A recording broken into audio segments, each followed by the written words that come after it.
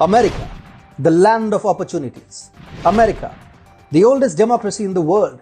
America, the biggest military and economic superpower of the world.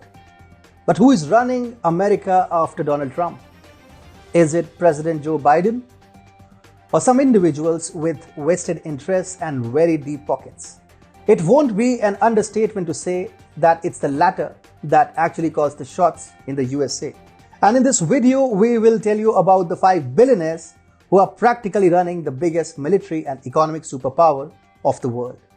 Hi, I am Atul Mishra, and this is TFI Global, the foreign affairs and geopolitical analysis arm of the TFI Media Group. In the last few months, the world has started actively discussing the threat posed by the big tech US companies, colloquially referred to as the sinister Silicon Six. However, it is not the companies that are masterminding the narratives that runs in the USA and around the world. It is the 5 billionaires, that is George Soros, Bill Gates, Mark Zuckerberg, Jeff Bezos, and last but not the least, Jack Dorsey, who seemingly pull the strings from behind and have the authority to bring down entire regimes, build new ones, and simultaneously force a new yet toxic narrative on entire demographies of a population. Let's first talk about Bill Gates, who runs his private government in the US. The first horseman who runs the US is none other than the founder of Microsoft, Bill Gates.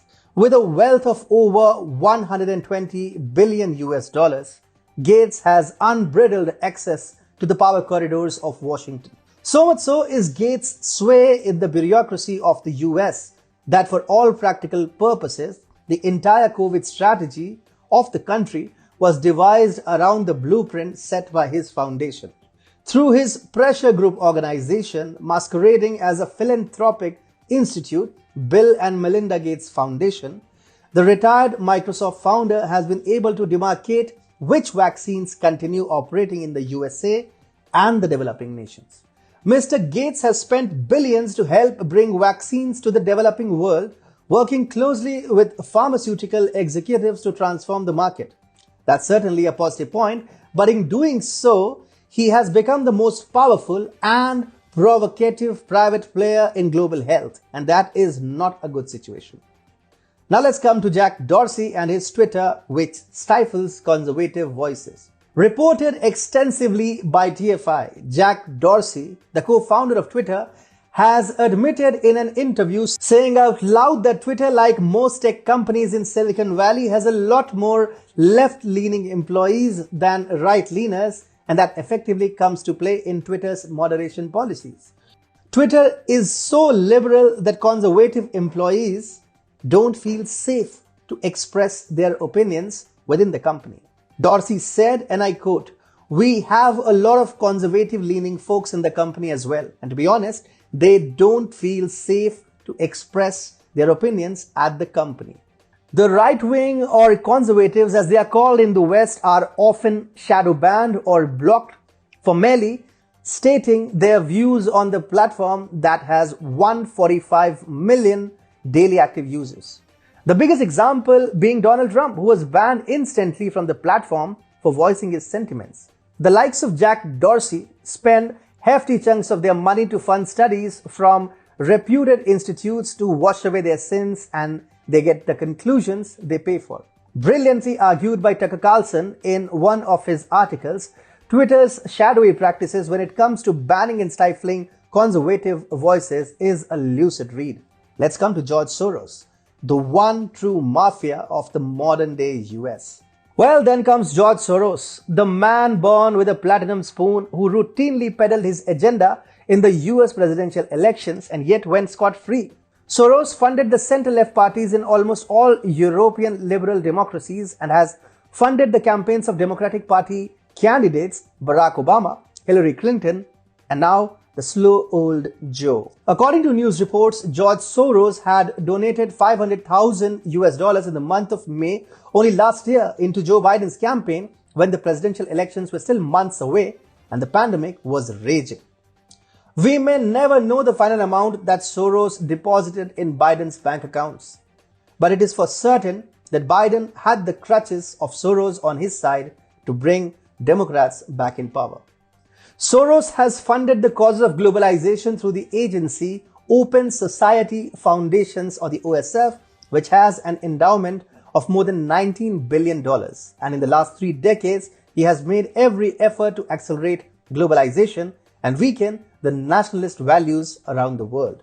Now let's come to Mark Zuckerberg, who is influencing billions on the planet. Then comes Facebook, which uses its massive reach to micromanage and micro-target the voters. As explained previously by TFI in its articles and videos, Facebook in a rather nuanced way targets the susceptible voters who have yet not made up their minds on whom to vote. Facebook, through its elaborate algorithm scheming, then peppers the undecided voters with targeted ads that subconsciously force the voter to cast their vote for the liberal candidate. Enough evidence in the public domain is present to assume that, just like Twitter, Facebook is a left-leaning platform. To compound its adversities, Facebook has been mired in the misinformation campaign by the Russians, the Cambridge Analytica scandal, and other data theft allegations that have further dented the company's reputation. Now let's come to Jeff Bezos and the Washington Post. The left ecosystem considers setting narrative its topmost priority, a narrative that it has been setting since the dawn of time. And while digital media has outpaced the traditional forms of media, newspapers still yield considerable influence. The Washington Post, one of the darling publications of the left liberal cabal, is controlled by none other than Amazon's Jeff Bezos. While his company Amazon does pay little to no taxes, Bezos still enjoys the clout amongst the political class because his publication has the unyielding power to manufacture narratives and push it on a global scale. Employing left liberal journalists from across the planet and giving them a column in the newspaper is a tried and tested formula used by Bezos to pressurize world governments. The New Testament had 4 horsemen of apocalypse, but in the 21st century we have 5 horsemen who currently make the world go round and will eventually be responsible for its doom. It's a dangerous world we live in, but this is the reality of the situation.